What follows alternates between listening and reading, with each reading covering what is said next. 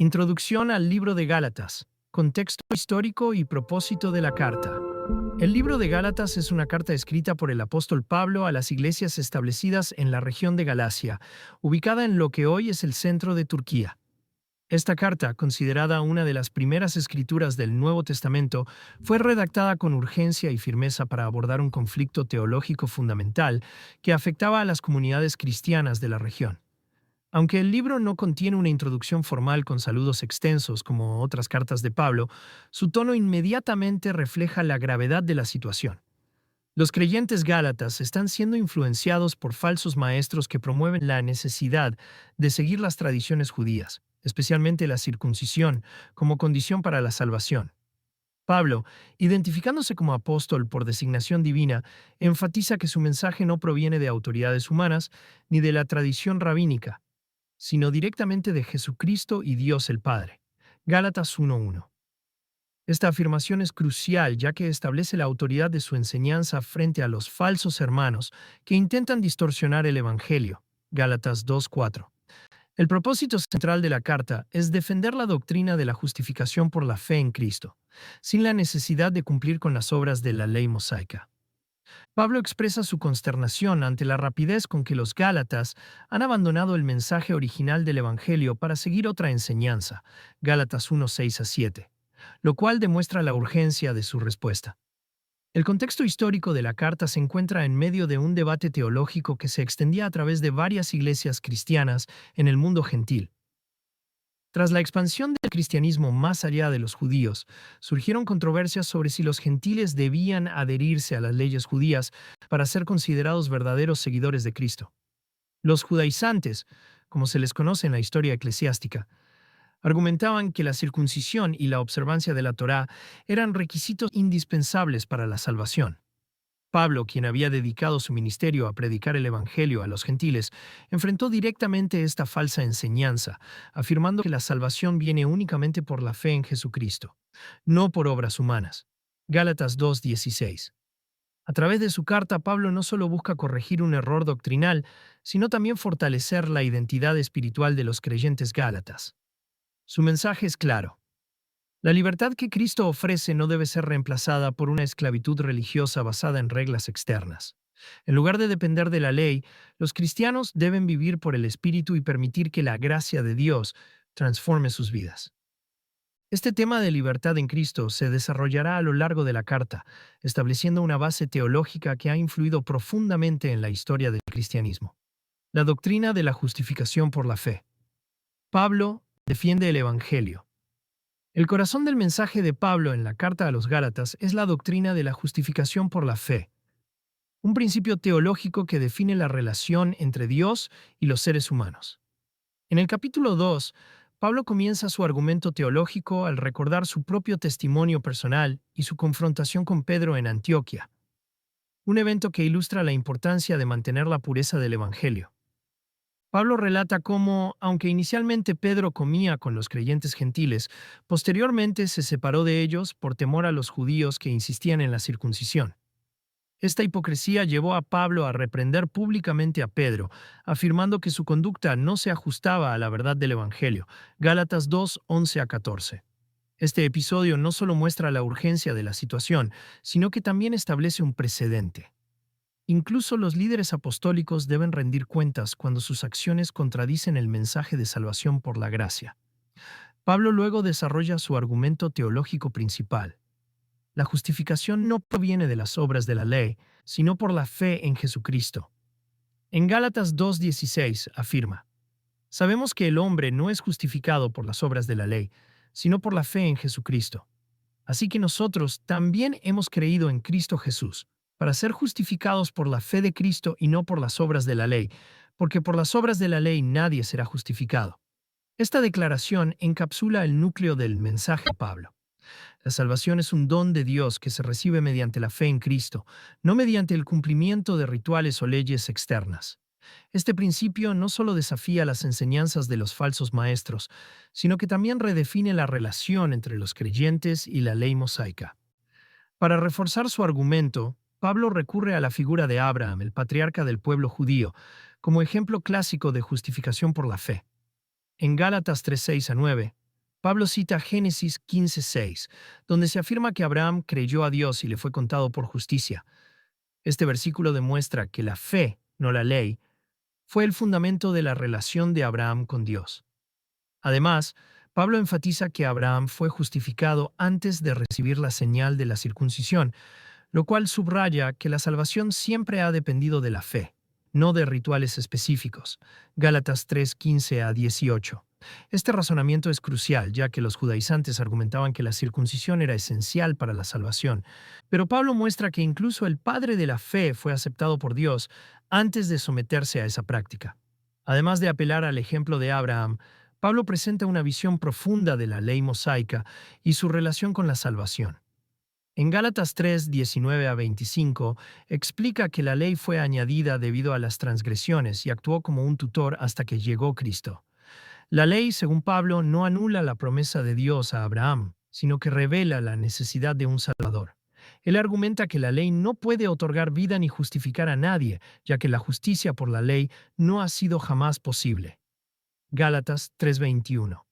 En lugar de ser una vía hacia la salvación, la ley sirve para exponer el pecado y mostrar la necesidad de un redentor. El argumento de Pablo culmina con una afirmación poderosa sobre la identidad de los verdaderos hijos de Abraham. Porque todos los que sois bautizados en Cristo os habéis vestido de Cristo. No hay judío ni griego, no hay esclavo ni libre, no hay varón ni mujer, porque todos vosotros sois uno en Cristo Jesús.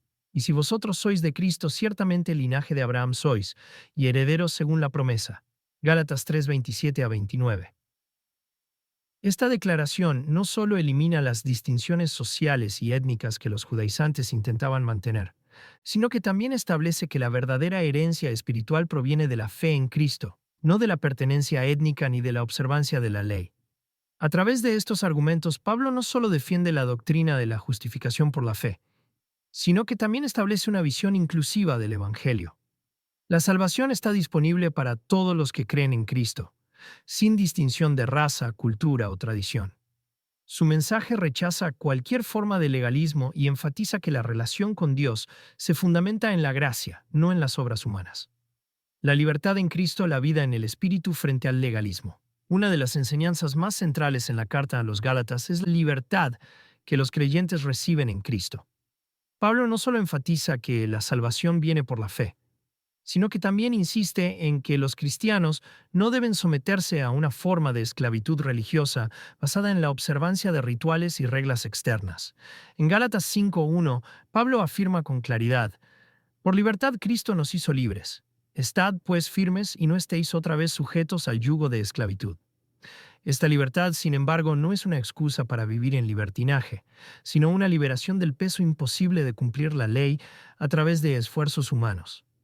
Pablo advierte que aquellos que intentan justificarse por medio de la ley caen en una esclavitud espiritual y se separan de la gracia de Dios. Gálatas 5:4.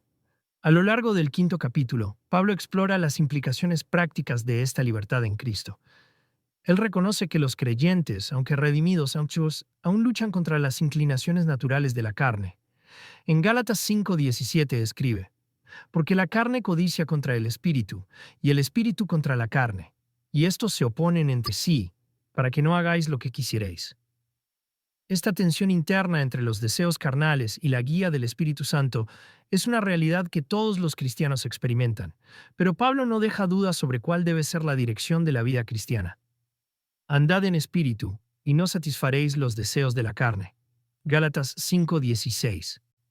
Para ilustrar esta enseñanza, Pablo presenta una lista detallada de las obras de la carne, que incluyen inmoralidad sexual, impureza, idolatría, hechicerías, enemistades, contiendas, celos, iras, disensiones, herejías, envidias, homicidios, borracheras y goznes semejantes. Gálatas 5:19-21. Estas acciones, advierte Pablo, son contrarias al reino de Dios y excluyen a quienes las practican de la herencia eterna. Sin embargo, en contraste con estas obras destructivas, Pablo presenta las frutas del Espíritu: amor, gozo, paz, paciencia, benignidad, bondad, fe, mansedumbre, templanza. Gálatas 5:22-23.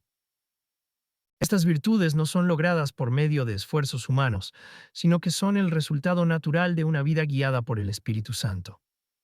Pablo también aborda una preocupación específica de los creyentes gálatas: el peligro de malinterpretar la libertad cristiana como una justificación para la indulgencia pecaminosa. En Gálatas 5:13 advierte: Vosotros a la libertad fuisteis llamados, hermanos. Solamente no uséis la libertad como ocasión para la carne, sino servíos por amor los unos a los otros. Esta advertencia subraya que la verdadera libertad en Cristo no consiste en hacer lo que uno desea sin restricciones, sino en vivir una vida de servicio y amor hacia los demás. Pablo enfatiza que el cumplimiento de la ley moral se resume en un solo mandamiento: amarás a tu prójimo como a ti mismo. Gálatas 5:14. Para reforzar este punto, Pablo utiliza una metáfora poderosa: si os mordéis y devoráis unos a otros, procurad no ser consumidos unos por otros. Gálatas 5:15. Esta imagen gráfica ilustra el peligro de permitir que los conflictos personales y las divisiones dentro de la comunidad cristiana se intensifiquen, destruyendo la unidad y la misión del cuerpo de Cristo. Pablo insta a los creyentes a examinar sus motivaciones y a asegurarse de que su libertad en Cristo no se convierta en una herramienta para la autosatisfacción, sino en un medio para edificar a otros. A través de este enfoque, Pablo establece una visión equilibrada de la libertad cristiana. No es una excusa para el pecado, ni tampoco una carga legalista, sino una nueva forma de vivir bajo la guía del Espíritu Santo. Esta libertad no solo libera a los creyentes de la necesidad de cumplir la ley para ser salvos, sino que también transforma sus corazones para que reflejen el carácter de Cristo. En lugar de buscar justificación a través de rituales externos, los cristianos deben enfocarse en permitir que el Espíritu Santo produzca en ellos una vida de amor, gozo, paz y otros frutos espirituales. Las instrucciones éticas de Pablo: amor, responsabilidad y humildad. A lo largo de la carta a los Gálatas, Pablo no solo aborda cuestiones teológicas fundamentales, sino que también proporciona instrucciones éticas claras sobre cómo los creyentes deben vivir en comunidad. En Gálatas 5:13 a 14, Pablo reitera que la libertad en Cristo no debe convertirse en una oportunidad para la indulgencia egoísta, sino que debe expresarse en el servicio mutuo por amor. Vosotros a la libertad fuisteis llamados, hermanos. Solamente no uséis la libertad como ocasión para la carne, sino servíos por amor los unos a los otros. Porque toda la ley se cumple en una sola palabra, en esta: amarás a tu prójimo como a ti mismo. Esta exhortación refuerza que el amor no es solo un sentimiento, sino una acción concreta que guía la conducta de los cristianos hacia sus hermanos en la fe. Una de las responsabilidades éticas más destacadas que Pablo enfatiza es el deber de los creyentes de ayudarse mutuamente en momentos de dificultad. En Gálatas 6:2 escribe: Llevad las cargas ajenas y cumplid así la ley de Cristo. Esta instrucción contrasta con la actitud individualista que podría surgir bajo el concepto de libertad cristiana. Pablo no permite que los creyentes interpreten su salvación como una excusa para la indiferencia hacia los demás, sino que los llama a una vida de solidaridad y apoyo mutuo. Este principio se complementa con la advertencia de Gálatas 6:5, donde afirma: cada cual llevará su propia carga, lo cual sugiere que, aunque los cristianos deben ayudarse entre sí, también tienen la responsabilidad personal de responder ante Dios por sus acciones. Además de promover el amor y la responsabilidad comunitaria, Pablo advierte contra el orgullo y la hipocresía. En Gálatas 5:26 escribe: no seamos vanagloriosos, provocándonos unos a otros, envidiándonos los unos a los otros. Esta advertencia refleja una preocupación constante en la carta: el peligro de que los creyentes se comparen entre sí o pretendan una superioridad espiritual. Pablo insta a los cristianos a examinar sus propias obras con honestidad. Porque si uno piensa ser algo no siendo nada, a sí mismo se engaña. Mas pruebe cada uno su propia obra, y entonces tendrá gloria en sí mismo, y no en otro. Gálatas 6:3-4. Este enfoque en la humildad y la autoevaluación evita que los creyentes caigan en la arrogancia religiosa, ya sea por su supuesta obediencia a la ley o por su interpretación particular del Evangelio. La alianza del pacto, el ejemplo de Abraham y la promesa de Dios.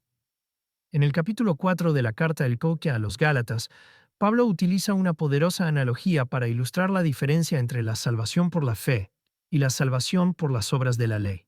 Él recurre al ejemplo de Abraham y sus dos hijos, Ismael y Isaac, para explicar cómo la promesa de Dios se cumple a través de la gracia y no mediante el esfuerzo humano. Pablo comienza recordando que Abraham tuvo dos hijos, uno por la esclava Agar, Ismael, y otro por la libre Sara, Isaac. Gálatas 4:22-23. Ismael nació según la carne, es decir, por los esfuerzos humanos, cuando Sara, creyendo que no podría tener hijos, ofreció a su sierva Agar a Abraham.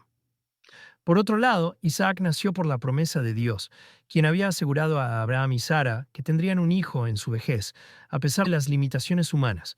Génesis 17:15-21, 18:10-14. Pablo interpreta esta historia como una alegoría de dos pactos, el antiguo y el nuevo. En Gálatas 4:24 escribe, lo cual tiene un sentido alegórico, pues estas mujeres son dos pactos, una del monte Sinaí, que da hijos para esclavitud, la cual es Agar. Agar representa el pacto de la ley, dado en el monte Sinaí, que lleva a la esclavitud espiritual porque depende de los esfuerzos humanos para ser cumplido. En contraste, Sara, la esposa libre, simboliza el pacto prometido por Dios, que se cumple por la gracia y no por las obras. Pablo cita Isaías 54:1 para enfatizar que los hijos de la promesa, es decir, los verdaderos herederos de la bendición divina, no son los descendientes físicos de Abraham según la carne, sino aquellos que, como Isaac, son hijos de la promesa por la fe. Regocijaos, oh estéril, tú que no dabas a luz, rompe a cantar y clama, tú que no tenías dolores de parto, porque muchos son los hijos de la desolada, más que de la que tiene marido. Gálatas 4:27. Esta interpretación alegórica refuerza el mensaje central de la carta. La salvación no proviene de cumplir con la ley, sino de confiar en la promesa de Dios. Pablo continúa explicando que, así como Ismael persiguió a Isaac, los que viven según la carne, es decir, aquellos que dependen de las obras de la ley, persiguen a los que viven por el Espíritu. Gálatas 4:29. Esto refleja la tensión entre los judaizantes, que insistían en la circuncisión y la observancia de la ley, y los creyentes gentiles, que habían recibido la salvación por la fe en Cristo. Pablo concluye esta analogía con una afirmación contundente. Mas nosotros, hermanos, como Isaac, somos hijos de la promesa. Pero como entonces el que había nacido según la carne perseguía al que había nacido según el Espíritu, así también ahora. Mas, ¿qué dice la Escritura? Echa fuera a la esclava y a su hijo, porque no ha de ser heredero el hijo de la esclava con el hijo de la libre. Gálatas 4:28-30. Al finalizar este pasaje, Pablo enfatiza que los cristianos no deben volver a someterse al yugo de la ley, sino que deben permanecer firmes en la libertad que Cristo ha otorgado. La promesa de Dios, simbolizada en Isaac, no depende de las obras humanas, sino de la gracia divina. Esta enseñanza es fundamental para entender la identidad espiritual de los creyentes. No son herederos por linaje físico ni por cumplimiento legalista, sino por la fe en Jesucristo, el verdadero Hijo de la promesa. Apelaciones personales y advertencias contra los falsos maestros. A lo largo de la carta a los Gálatas, Pablo adopta un tono personal y apasionado, revelando su profunda preocupación pastoral por la comunidad cristiana que enfrenta la amenaza de los falsos maestros. En Gálatas 4:12-20, Pablo dirige una apelación emocional a los creyentes, recordándoles cómo lo recibieron anteriormente con amor y hospitalidad, incluso cuando estaba enfermo. Él escribe: Os ruego, hermanos, que os hagáis como yo, porque yo también me he hecho como vosotros. Ninguna injusticia me hicisteis. Gálatas 4:12. Esta súplica refleja su deseo de restaurar la relación espiritual con los Gálatas, quienes, bajo la influencia de los falsos maestros, parecen haberlo distanciado. Pablo recuerda que, en el pasado, los Gálatas habrían estado dispuestos a sacrificar incluso sus ojos por él si fuera necesario, lo cual contrasta con su actual distancia. Gálatas 4:15. Pablo también expresa su angustia por la situación, comparándose con una madre en trabajo de parto. Hijos míos, por quienes de nuevo sufro dolores de parto hasta que Cristo sea formado en vosotros. Gálatas 4:19. Esta metáfora gráfica ilustra su deseo de ver a los creyentes madurar espiritualmente y mantenerse firmes en la fe. Él teme que su ministerio entre ellos haya sido en vano si permiten que los falsos maestros los aparten del evangelio verdadero.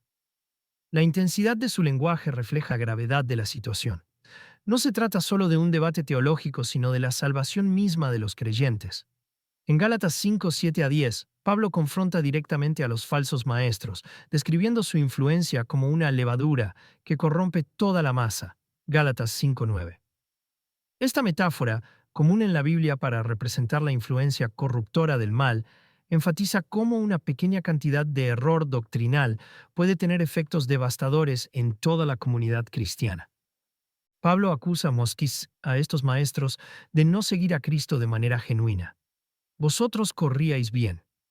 ¿Quién os estorbó para que no obedezcáis la verdad? Gálatas 5:7. Él rechaza cualquier intento de justificar su mensaje como una variante aceptable del cristianismo, afirmando que su enseñanza no proviene de Dios. Esta persuasión no es de aquel que os llama. Gálatas 5:8. Pablo también advierte sobre los motivos ocultos de los falsos maestros. En Gálatas 6:12 a 13 escribe: Los que quieren hacer buena figura en la carne os obligan a circuncidaros, solamente para no ser perseguidos por la cruz de Cristo. Porque ni aun los mismos que se circuncidan guardan la ley, pero quieren que vosotros os circuncidéis para gloriarse en vuestra carne. Aquí, Pablo revela que los falsos maestros no están motivados por una búsqueda sincera de la verdad, sino por un deseo de evitar la persecución y ganar prestigio social. Su énfasis en la circuncisión no es una cuestión teológica legítima, sino una estrategia para obtener reconocimiento humano. Pablo contrasta esto con su propio enfoque.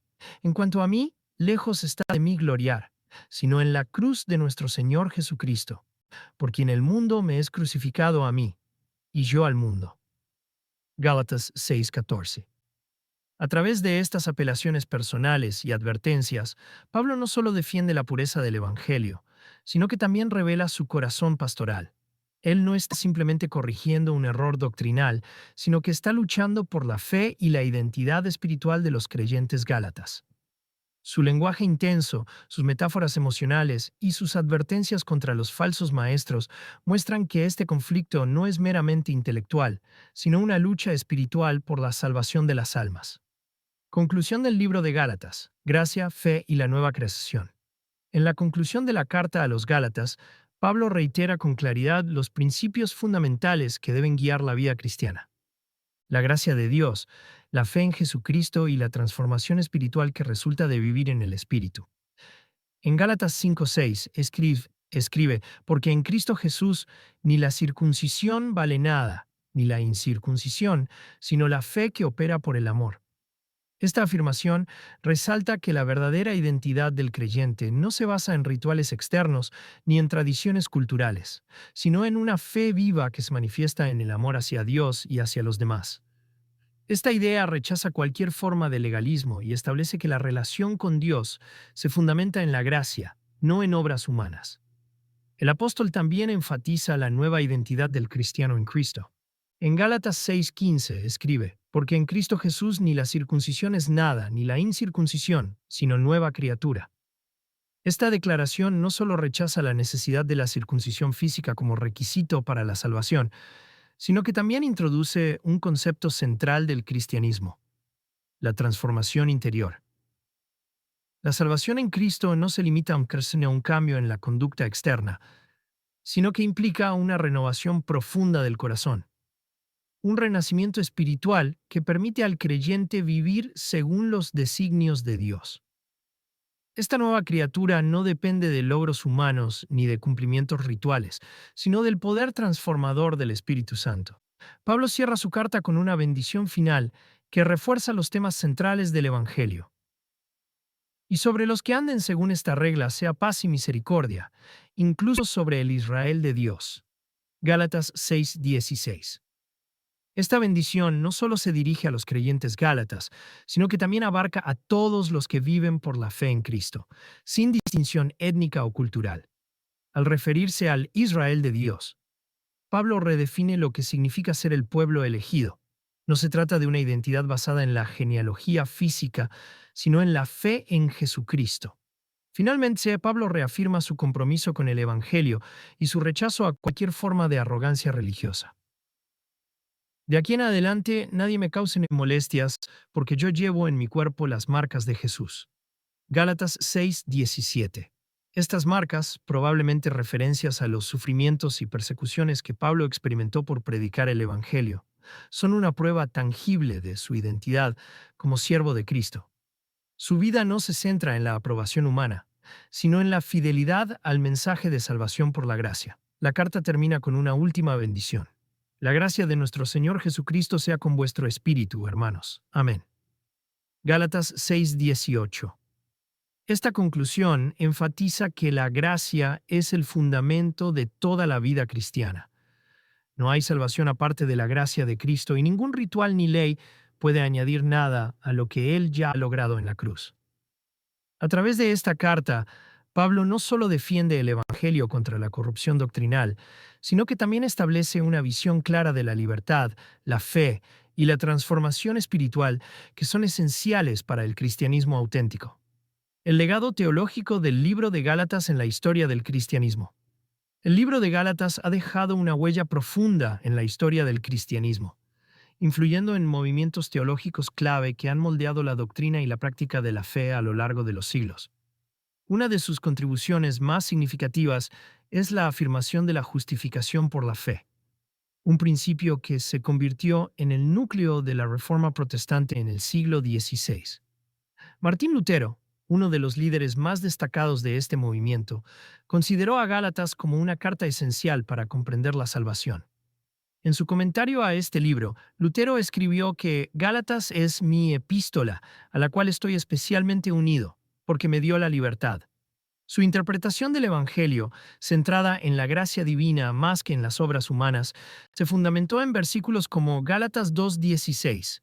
Sabemos que el hombre no es justificado por las obras de la ley, sino por la fe en Jesucristo.